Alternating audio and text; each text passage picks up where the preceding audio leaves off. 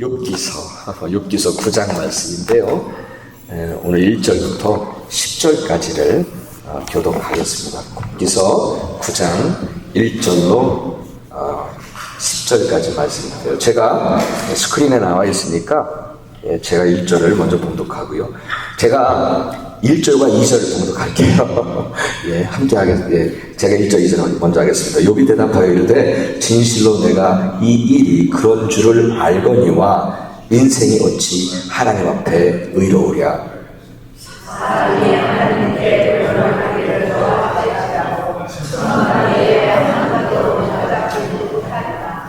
그는 마음이 지혜로우시고 힘이 강하시니 그를 거슬러 스스로 완벽하게 행하고도 형통할 자가 누구이랴.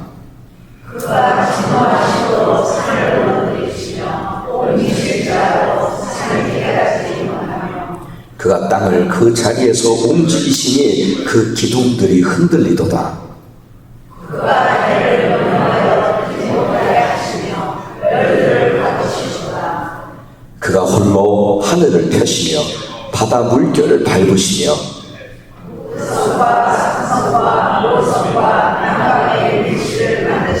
함께합니다.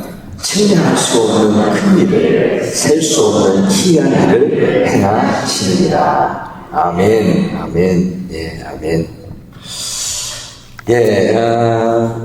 오늘 말씀하기 전에 제가 오늘 아침에 이제는 세수하고 이렇게 하고 하는 그 과정 가운데 있었던 잠깐 생각했던 것을 여러분과 나누고 싶어요. 내가 이런 생각을 했어요.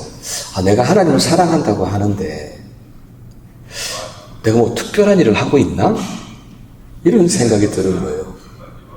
나는 하나님을 사랑한다고 하는데 예배 드리는 것, 성경 보고 기도하는 것, 그리고 설교 준비하고 하는 내 사역에 충실하는 것, 그거 말고 더 특별한 것을 어떤 것을 하고 있나? 하는 생각이 들었어요. 그러면서 일반 사람들이 일하는 것과 같은 거 아닌가 하는 생각이 들었어요. 그래도 나는 하나님을 사랑하는데 그럼 무엇이 다를까? 이런 생각을 하다가 이런 생각이 들었어요. 살면서 하나님을 많이 생각하는 것, 하나님이 많이 생각나고 자주 생각나는 것, 그것이 하나님을 사랑하는 것이구나, 이런 생각이 들었어요. 여러분 어떠세요? 여러분은 사시면서 하나님 많이 생각하세요? 하나님 많이 생각이 나세요? 우리는 특별하게 뭔가 하나님 사랑한다고 말하면서 특별한 건 못해요. 그냥 우리는 일반적으로 살아가잖아요. 사람들하고 똑같이. 하지만 이건 다르더라고요. 살면서 하나님 많이 생각하고, 살면서 하나님이 자꾸 생각이 나고, 그것이 다르더라고요. 여러분도 하나님을 사랑하십니까? 아멘. 그렇게 하나님을 사랑하시는 그런 삶이 되시면 좋겠습니다. 자, 이제 오늘 말씀을 나눌게요. 우리는 지난 주간에 욥기서를 읽었죠. 욥기서. 근데 오늘은 욥기를 계속해서 읽어 나갈 거예요. 2주간 더. 근데 이제 오늘은 이 9장에서 욥이 말했던 내용의 일부분에서 제가 좀 말씀을 좀 나누려고 합니다. 여러분도 이 욥이 당한 고난에 대해서 잘 알고 계실 거예요. 그렇죠? 그럼에도 제가 잠시 다시 한번 말씀을 좀 드릴게요. 욥이 어떤 고난을 당했는지 간단하게 말씀드리면, 이 욥은 요단강이 있잖아요. 요단강 동편에 우스라고 하는 곳에서 부인과 그리고 7명의 아들들, 3명의 딸들과 함께 아주 큰 부자로 살았던 사람이에요. 그는 동방의 으뜸이 되는 부자였다고 기록하고 있습니다. 그런데 그는 교만하지 않았어요. 교만하지 않았고 하나님을 더 두려워하며 온전하고 정직하게 살려고 했던 사람이었어요. 그래서 그는요, 자기의 주변 사람들로부터도 흠없는 사람으로 그는 많은 존경을 받았던 그런 사람이었을 거예요. 근데 욥기 1장에서도 보면은요, 욥기 1장에서 보면은 욥 자기는 모르는, 욥 자신은 모르는 사실이지만 하나님도 욥을 인정하셨더라고요.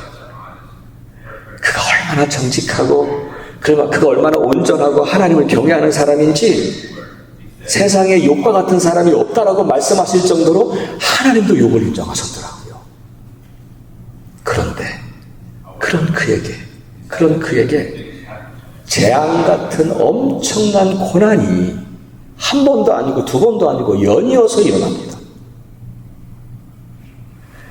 적들이 쳐들어와서 자기 종들을 다 죽입니다. 그리고 그 많았던 가축들도 다 빼앗아 갑니다. 거기에다가 10명의 자녀들도 그만 집이 무너지는 바람에 모두 다 깔려 죽어요. 그런데 여기서 끝나지 않아요. 이렇게 한순간에 모든 것을 잃어버린 욥이었는데 이제는 자기 몸에 종기까지 생겨서 제 가운데 앉아서 몸을 긁고 있어야 되는 거예요. 너무 간지러우니까. 그리고 이제는 가장 가까웠던 사람, 기쁠 때나 슬플 때나 평생을 함께 해주었던 그 아내까지도 자기를 버리고 떠나가 버립니다. 어쩌면 이 욥은 이유도 알지 못한 상태에서 이 재앙 같은 고난 앞에서 더 이상 일어설 힘도 없었을 것 같아요.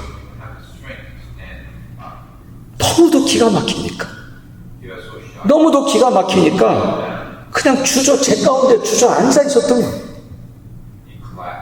여기서 제 가운데 앉아 있었다라고 하는 그 표현은 어찌 보면 욥의 현실을 상징적으로 이렇게 그려주는 것 같아요. 그렇잖아요. 여러분, 이전에 그 욥은 모든 것을 가졌던 사람이었습니다. 단순히 부와 재산만이 아니라 명예와 존경을 다 가졌던 사람이었습니다. 하지만 한순간에 다 재가 되어버렸습니다. 그 가졌던 모든 것이 다 재처럼 흩어져 버렸습니다. 그래서 욥은 왜 이런 재앙 같은 고난이 찾아왔는지 그 이유도 모른 채, 그 이유도 몰랐어요. 왜 이러는지 그 이유도 모른 채 모든 것이 무너져버린 그 재 가운데 앉아 있었던 거죠. 그런데요, 이런 생각이 들었어요. 그러면 이 상황에서 이 욥이 이 고통 가운데 있었던 이 욥이 하나님을 무엇라고 고백했을까? 그런 생각이 읽으면서 그런 생각이 들어요. 그 고통 가운데 있는 이 욥이 하나님을 무엇이라고 고백했을까? 만일 욥이요, 그냥 일반적인 사람이었다면 욥의 아내가 말했던 것처럼 어쩌면 하나님을 욕하고 죽었을지도 몰라요. 하나님이 어디 계시냐고 하나님을 의심하고 아예 하나님 안 계셔 하고 무신론자가 될 수도 있었을 거예요. 하지만 욥은 달랐더라고요. 하지만 욥은 달랐어요. 그가 그렇게 된 것은 그가 평소에 붙잡고 살았던 그 믿음 때문에 그는 달랐더라고요.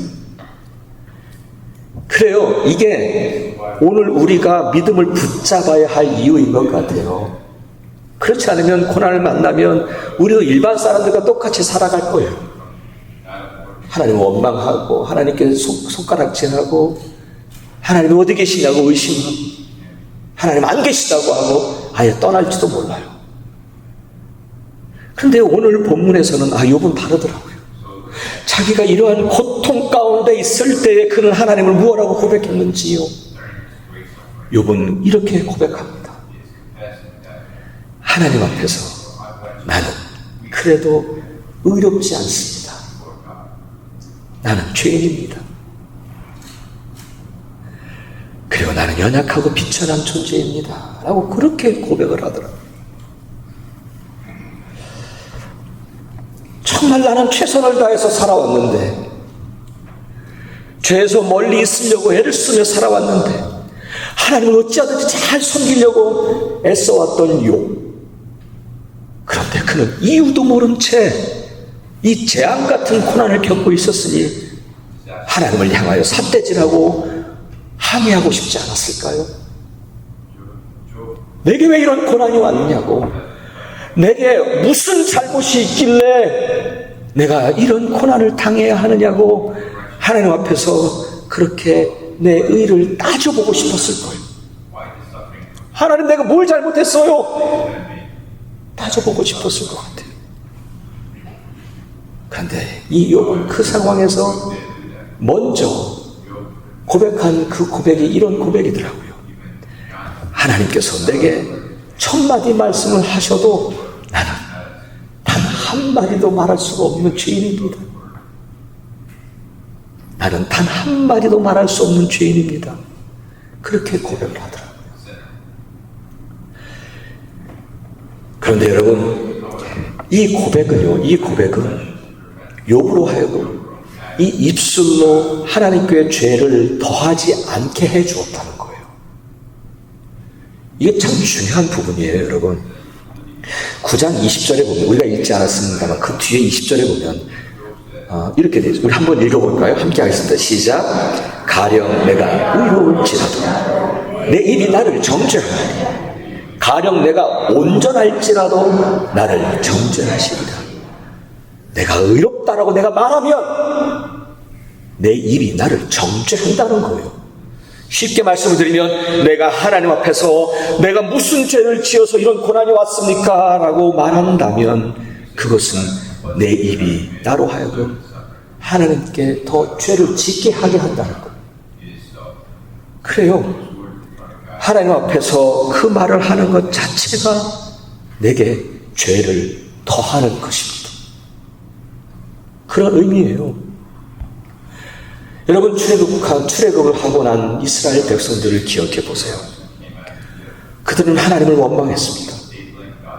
이 원망했다는 얘기는 내 잘못보다는 당신 책임입니다 라고 얘기하는 거잖아요.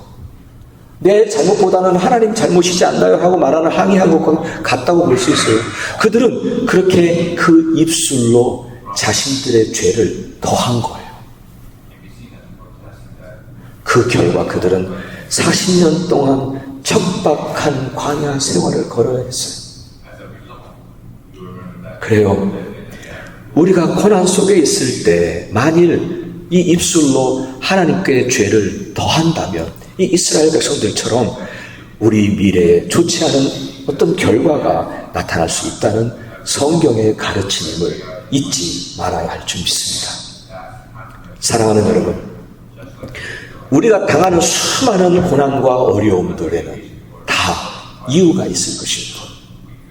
하지만 그 이유를 아는 사람은 거의 없더라고요. 계속 물음만 던지는 것 뿐이죠. 물론 눈에 보이는 원인들은 있습니다만 그것은 겉으로 보여지는 원인들일 뿐입니다. 사실은 눈에 보이지 않는 어떤 원인, 이유가 더 크고 더 결정적일 때가 많아요. 그렇죠? 하지만 우리는 그 이유를 거의 알지 못합니다.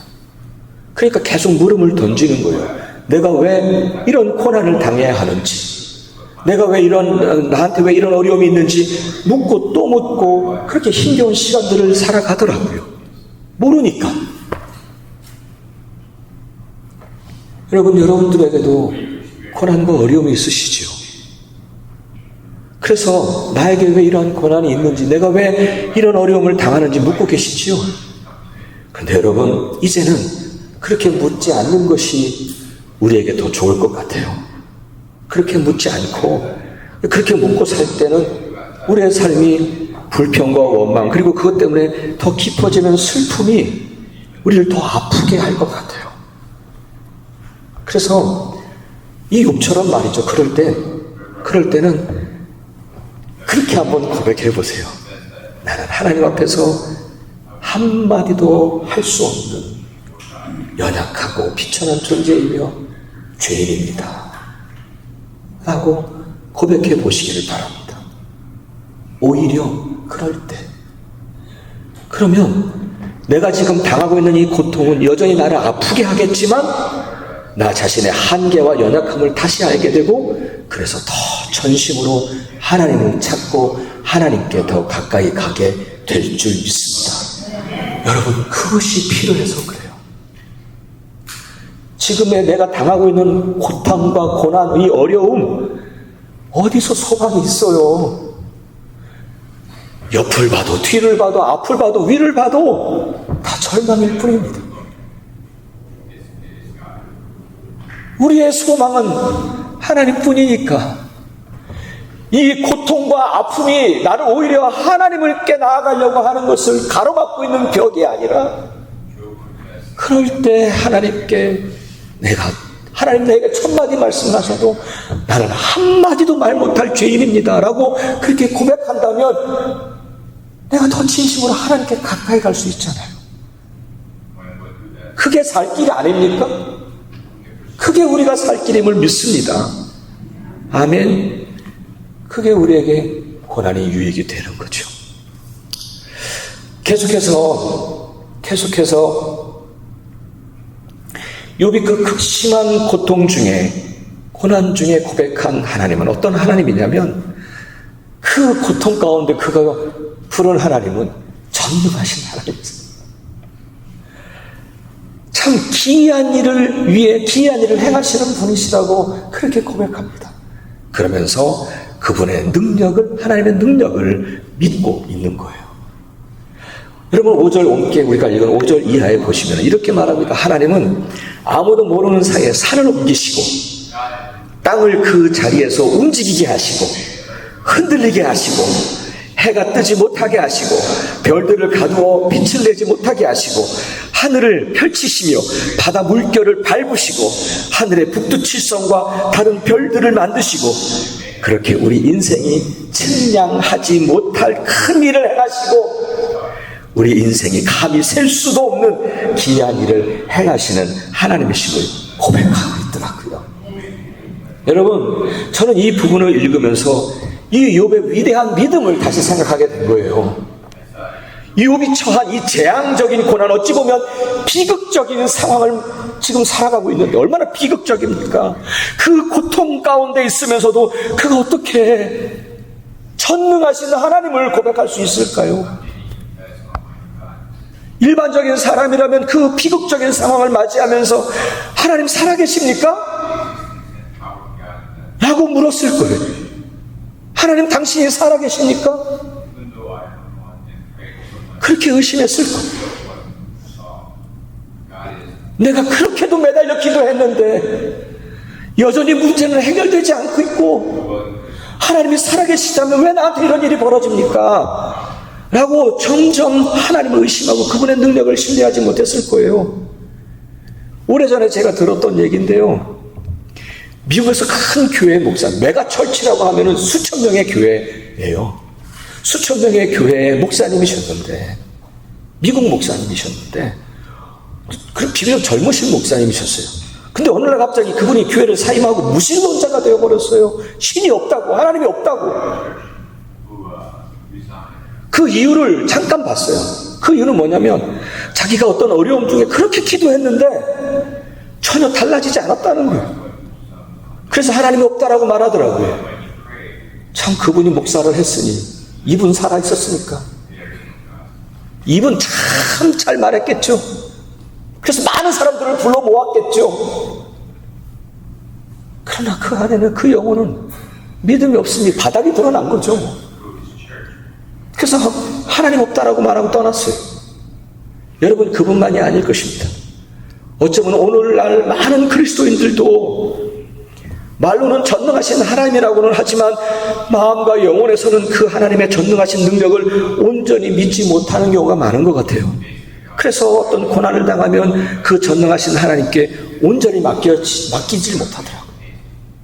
오히려 믿지 않는 사람들처럼 불안해하고 무언가 잘못될까 봐서 두려워하고 망할까 봐 걱정. 그리고는 세상의 힘과 방법을 찾으려고 하지요. 그래요. 어렵고 힘든 상황, 욥처럼 이렇게 비극적인 상황을 만날 때는 전능하신 하나님, 그리고 그분의 능력을 온전히 믿지 못할 때가 참 많은 것 같아요. 그런데 욥은 달랐더라고요. 욥은 그런 상황에서 달랐어요. 오히려 그런 상황 속에 있으면서도 그런 전능하신 하나님을 고백하고 그분의 능력을 믿었던 거죠. 이 욥의 믿음이 참 위대하게 느껴졌어요. 그래서 나의 하나님은 이 땅과 하늘, 저 우주까지도 모든 것을 주관하시는 분이시며 이끌어가시는 전능하신 하나님이시고, 그래서 우리가 측량할 수 없고 생각할 수 없는 그 하나님의 기이한 일들을 행하시는 분이십니다. 그렇게 고백한 거예요. 그 깊은 비극적인 상황 속에 있을 때 저는 그의 고백이, 그 믿음이 그 극한 고통의 상황 속에서도 그를 흔들리지 않도록 붙들어준 생명줄이었다고 믿습니다. 아멘. 아멘. 사랑하는 여러분, 우리 중에도 욥처럼은 아니지만 나름대로 고난과 힘겨운 시간들을 보내시는 분들도 계시리라 생각합니다. 또한 그분들뿐 아니라 우리 모두에게는 언제든지 그러한 삶의 힘든 역경의 시간을 만날 수 있어요. 그럴 때 꼭 욥을 기억하십시오. 욥이 그 순간에도 고백했던 그 하나님, 전능하신 하나님, 그리고 기이한 능력으로 우리를 돕고 계시는 그 하나님을 믿음으로 고백하고 또 고백해 보시기를 바랍니다. 그것이 나와 내 영혼을 살리는 생명줄이 될 것입니다. 아멘. 이제 이렇게 마무리하고 싶습니다. 여러분, 믿음을 이루는데 필수적인 요건이 있습니다. 그것은 기다림입니다. 기다림이 없다면, 기다리지 못한다면 결코 믿음이 이루어지지 않습니다. 정말 믿으면 끝까지 그 믿음의 자리를 떠나지 않고 기다릴 거예요. 여러분, 아브라함은 25년을 기다렸어요. 25년을 기다려서 이삭 하나 얻었어요. 사랑하는 여러분, 정말 천지를 창조하신 하나님을 믿으십니까? 그분의 전능하신 능력을 믿으십니까? 그렇다면 그냥 그분이 행하시는 대로 기대하고 기다리십시오. 그 믿음 안에 평안하시기를 축복합니다. 그분이 내게 선하신 분이니까 어떻게 행하시든지 그냥 그분께 맡기시고 오늘을 평안하게 기다리십시오. 여러분, 11절 우리가 읽지 않았습니다. 바로 뒤에 11절에 이런 말씀이 있어요. 비록 하나님이 내 앞을 지나셔도 내가 보지 못하여도, 하나님이 내 앞에서 움직이셔도 내가 깨닫지 못할 때가 많지만, 우리 그렇죠? 못할 때가 많지만 하나님 우리의 믿음을 이루시려고 여전히 일하고 계시는 하나님이심을 믿습니다.